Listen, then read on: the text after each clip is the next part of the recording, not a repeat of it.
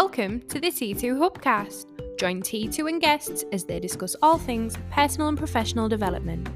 The T2 hubcast, brought to you by the People Performance People.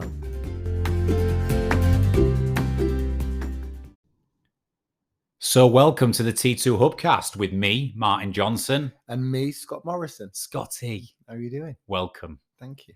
So I'm excited for this podcast. It's going to be a short one, but we've got a lot of change happening here at T2. We are growing fast. We are adding new people all the time.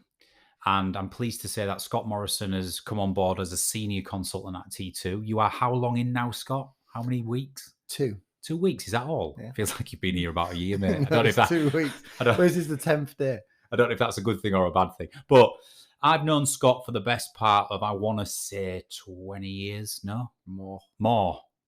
No, yeah. 23, 24. Early 2000s. So I think it'd be about 20 years. We worked together at a consultancy years ago. And actually, Scott trained me up when I entered that organization. It is true. Scott was, I think he was a manager at the time, or he was running one of the sales teams within the consultancy.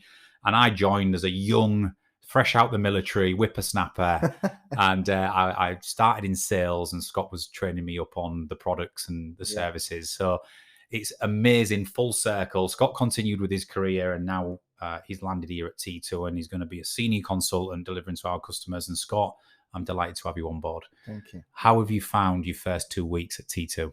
Yeah, I think there's a slight difference to pace, obviously, from the industry I've come from in sales and leading and sort of driving that environment in my old workplace, to coming in now and essentially being a rookie to some extent, taking information on, listening, reading, observing, not being that driver in the room and sort of being someone who's just sort of taking it all in and resoaking this sort of information. And some of the information transfers over to what you already know, but I think the key difference is the terminology used, the branding that's been used, and realistically looking at the punchlines that you guys are using to get that point across. And I really find it refreshing. I love the stuff that's out there. I love the way that the guys are working, the interaction from the teams that have been sort of implemented too. We've done a lot of work already, haven't we, with Homicide Police, and I feel those days have gone fantastic. So I'm learning day by day. I'm taking on new things, and old dogs but new tricks is the general goal. Even to the point of, to give you guys some context, 30 seconds before this, I grabbed Scott and went, "Scott, podcast room, we're going to do a podcast." And he was like, "Right, okay then. What about? Don't worry about it. Just follow my lead. It'll be fine." So it's like you're in this early stage of learning the core stuff of what we do at T2, which is quite in depth.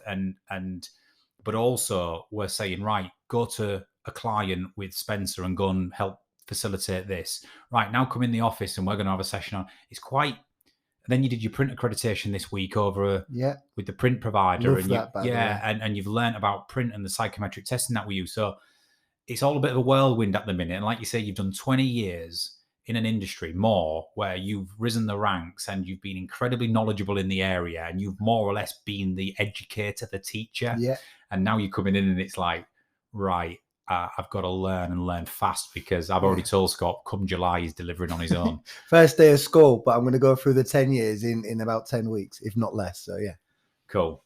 So, all right. So I said you trained me, Scott, all those years back, and it's fair to say, it'd be hard to put a number on it, but you've hired, onboarded and trained thousands. Would it be thousands? Oh, I don't know. Yeah, I It's got guess to so. be. It's got to Yeah, be. because I mean, when you look at the list of companies we work for, and I won't go into the companies, but we've seen some significant growth in the recruitment styles, and even in interviews, into decision making, and then straight from there into the training and facilitating of that knowledge to take them onto the sales floor, and then to be the driver in their sales experience and their knowledge improvement of that product, to then delivering the one-to-ones. And that can be like you said, we've gone full circle in our conversation or in our sort of experience, but it's even that when you take these guys on, an 18-year-old as an example, and then the last conversation I've had with one of them people in one of them conversations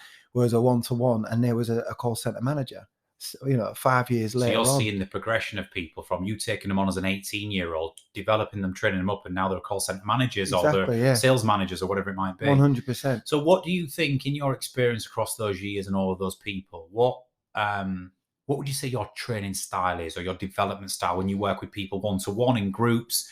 Is it high energy, engaging? Is it methodical? And I mean, or does it depend on the audience? But I mean, we all have a natural style, right? Yeah. It's a good question. I think obviously there's obviously going to be some detail, and you've got to get the base of the information across. But I'd like to think that the chat is free flowing. There's energy in there. There's a sense of purpose to where we're going, what that goal is, and taking everybody on a journey, an educational journey, but one that's narrated by them, not just me. Their input's massive on how that goes. So me just talking at a crowd for an hour, 2 hours, 3 hours, that's not really what gets me going. I want to get a sense of the room. What do you think to that? What was your story in that in that example? Or talk me through a hard time, talk me through a good time, talk me through a positive state where you flourished, and how did that make you feel? What did we do? What were the learnings? And then the same in the tough times as well. What were the learnings? How did we get out of it? Who did you use? Did you use the team around you? Was it the peers? Did you go to your L&D manager? It's having everybody involved, because I feel that's one of the best ways to learn. And having been in that environment myself many years ago with yourself, one of the things that I think prepared me for my success within Gartner and before I set up T2 was that it was the most, in my opinion, it was the most harsh end of training you can get, which was you have a script, you get taught a product or service, and then you're on the phones for real, live, trying to deliver a pitch or a product, or trying to deliver some education whilst you've got your manager listening to you, whilst all your peers are sat around the same table observing you. And it's like, there's no hiding place in sales and in call centers. It's like you learn on the job a lot of the time. And then you come off that engagement or that call, and then you have it replayed to you and dissected, what you did well, what you didn't do well, what you could have said, what you could have done better. Yeah, it's a make or break of a lot of people. I always remember my early days was like dialing that first number, knowing someone was going to pick up the phone, and I was going to have to, from cold, introduce myself and somehow keep them on the phone for 30 seconds. It was possibly the most challenging and nerve-wracking thing to date that I've still done. But then I remember 2 years into it, you become expert at it, you become refined at it, and all of a sudden it's no problem anymore. You're doing 100 calls a day, dialing with one hand, chatting to the person to the left of you, picking up the phone, going straight into your talk track. And I think my early days at Butler Group, where me and you worked, that was my ultimate apprenticeship, I think, in to be a great orator. And by being a great orator, I mean your ability to learn something and impart that knowledge really succinctly and really clearly. And sometimes call centers get a bad name. I think it's the ultimate apprenticeship in being able to articulate and impart knowledge to another person very quickly and concisely. 100%. And then in relation to what we did then, there was other key skills that you would have learned. There was other key skills you'd have definitely learned. And networking, you didn't pick up the phone and speak to the target audience every time. You were speaking to somebody you had no clue. You had to find out who they are, where they were, what position they held, how to then navigate from that person to the next, new manager, budget holders, speaking to the people of interest. There's a million things you had to do before you were then pitching your wares to the person you knew was the right person to get. And that was a massive skill set that you would have learned within that process, and that took you into great stead going into Gartner. I mean, I also think it builds a level of thick skin and resilience in you, in the way that you stop caring that people are listening and what people think anymore. Whereas I remember in those early days, it was like, oh my God, this is the most exposing thing. Everybody's listening to me. No, they are. Everybody's making their own calls with their own anxiety, right? Yeah. But I think what impressed me about yourself is when you first trained me up, you were, at that time, if you remember, you were sort of doing a management role and a training role, but you was also still on the calling. phones. Yeah. You're still calling yourself. And I think for me, if I remember back, Scott, what made you incredibly credible in front of me is because it wasn't just you going, I'm going to teach you how to do this and then sit back and watch you and tell you all the things you're doing wrong. You were actually doing it. So I'm like listening to you on your calls, thinking, right, so he's practicing what he's preaching here, and actually he's really good at it. So I'm going to listen to him. And I think that's what sort of was the secret to your success in rising in those organizations, that you was good at the job as well. Yeah, I think if you're going to be a leader or a boss or a team leader or a manager or anything like that, essentially you've got to put yourself in a position where you would do anything that you have already asked, or you're going to ask one of your team or colleagues or peers or whatever team members to do himself. There's absolutely no way you can go, right, go do X, Y, and Z. Or how do I do it? Well, I don't know. I've never done it, but you go and do it. It's, you lead by example. You get your hands dirty, you get in the mix. There's not a role in any of the businesses that I've worked for where I haven't done that, essentially, to sit there and say I've worked from the ground up or the grassroots up. I think it's a key element of, like you say, your credibility. You've got to do that. Yeah. So just shifting target a little bit, you've just come off your print accreditation. For those who know as well, you know what print is. It's a psychometric testing tool that uncovers our unconscious motivators and what drives and regulates our behavior. It's a fantastic tool to understand how you're wired, what triggers you, what your best self looks like, what your shadow state looks like. And in our experience, it's one of the tools we use here at T2 that really gets people connecting with how they can be the best version of them. So what's your thoughts on that, Scott? I know you've done your own print with me previously at a previous organization, but now you're on the verge of becoming a practitioner in it yourself. What excites you about the print tool?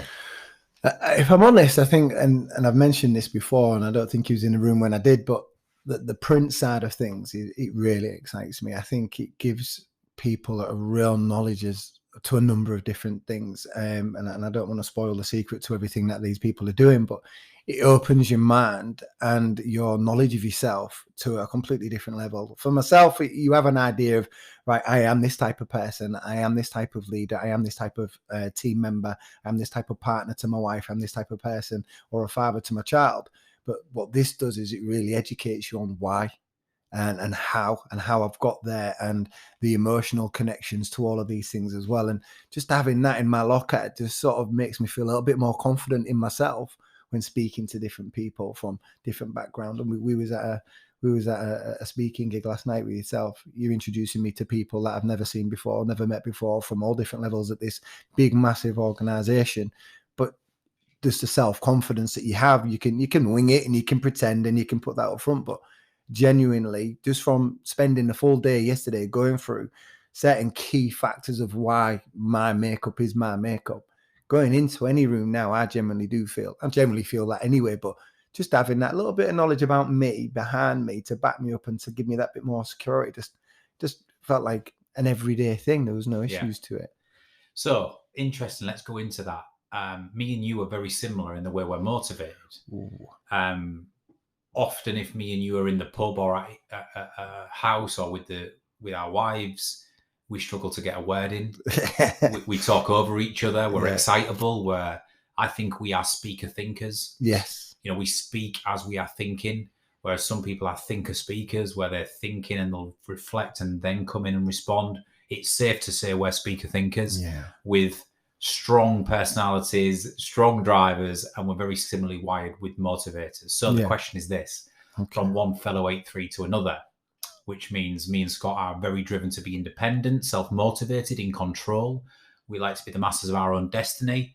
So you coming in here, you're now working for me, right? We know each other, but how's that dynamic going to work, do you think, with two 8-3s going on this journey? With a lot of patience from me. Definitely. Good answer. I think it's good. Oh, listen, I'm excited about it. If I wasn't excited, I definitely wouldn't have done it. To come here, I've taken myself out of a comfort zone where I've felt in control, understand my product, understand my team, understand what the business needs, the cultures, the values of everywhere I've worked. I'm coming somewhere new, and I'm not a young kid anymore. I'm not 24. I won't tell you how old I am, but I'm not 24. So coming into this, there has to be about timing, and there has to be a level of trust for me with you. But also, it's not just about how I feel about Martin or my relationship with Martin. I've got to do my due diligence. I've got to look like what is this business doing? Where's it going? What are these people like I'm going to be working with? Yeah, because it's not just me. You've got Spencer, Tracy, Yeah. Claire. Claire's been here since day one. Spencer's been 5 years. It's all that we're a fantastic team, but we're all wired in different ways. I think there's only really me and you who are wired in a similar sort of quite dominant speaker thinker energy type way. There's peace and harmony here. There's perfect, correct, and right. There's people who are more reserved, amiable, analytical. And I think that's why we're trying to build this team, to really have the different people. And I think what excites me about you coming in, Scott, is you have that energy, you have that drive, you have that certain way about you that I think in certain engagements and with certain situations, it will absolutely be perfect for. Yeah. But like you say, for me, sometimes I've got to know where to rein it back. I've got to know where I'm overpowering or where I'm, a bit too intense. Yeah, it's the social dynamic as well. Like you said there, we can be in the pub or we can be at a friend's house and a barbecue, whatever it needs to be. But you and I can go at it in a conversation, talk about rugby, talk about football, talk about anything. We can go at it nose to nose, rah, rah, rah. But even in that environment, you're going to get 50-50. And it's going to go there. And 9 times out of 10, it ends up with both hugging and having a giggle and being girly. But the point being here is, like you say, there are levels to where we're at. We are in a business environment and we've got to be aware of our surroundings, such as the other team members and this and that. So for me, I guess, I think the thing there is for me, I've got to be mindful of the situation. I've got to be mindful of your wants, your needs, your environment. I'm coming into your environment. I think normally we're in a shared environment, slightly different. It's a slightly different view. So I'm open to that. I'm aware of that. We spoke about challenge and threat a lot in the last couple of days. We had a good chat about it this morning. So it's about me not being in that threat state and realistically just taking that moment, ABC it.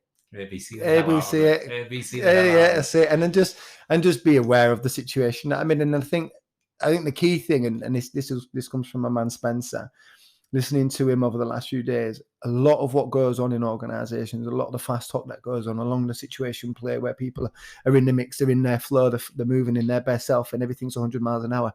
None of it's personal.